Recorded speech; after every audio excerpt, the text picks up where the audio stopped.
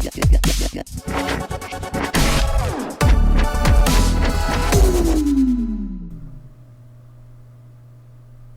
welcome to Frank and Frank Auto Repair. Today we're going to be changing the rear taillight bulbs in a 325i.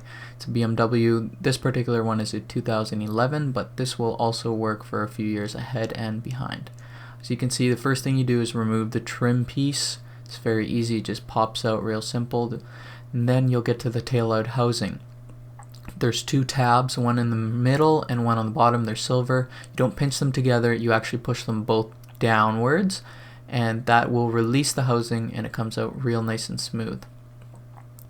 On the opposite side, the right rear, we have a different kind of trim piece. We'll turn this dial, it's even easier, comes out just like that, and exact same as before, push both tabs down and you get them out just as easy.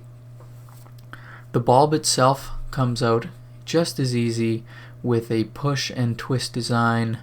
You can see the model of the bulb here when I pull it out for reference for anyone looking to replace them.